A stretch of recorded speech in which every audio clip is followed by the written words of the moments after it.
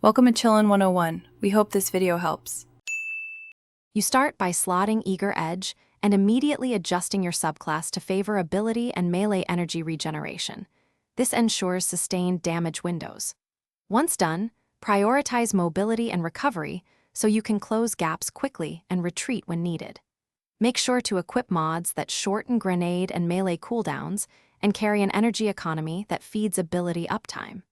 You want to be able to reliably enter and exit fights, so take the first 60 seconds to confirm loadout and practice a quick during the fight. You weave Eager Edge melee strikes into your ability cadence to maximize burst.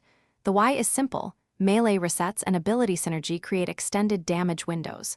Once you land a hit, immediately reposition to force enemy aim and let your abilities recharge, then re-enter with a follow-up burst. Make sure to pick targets that punish your mobility first and use grenades to soften groups. This rhythm, strike, disengage, recover, repeat, keeps you alive and maintains pressure throughout sustained encounters. To finish an encounter, time your final burst when Eager Edge stacks or buffs are highest, and convert that into a super or heavy follow-up for guaranteed takedown.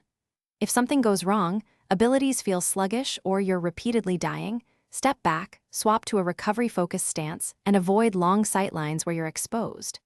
Make sure to tweak mods, increase ability regen or ammo generation if you're consistently energy-starved. You'll learn to read fights. When you do, wins become predictable rather than lucky. Thanks for watching. Consider subscribing if we helped you.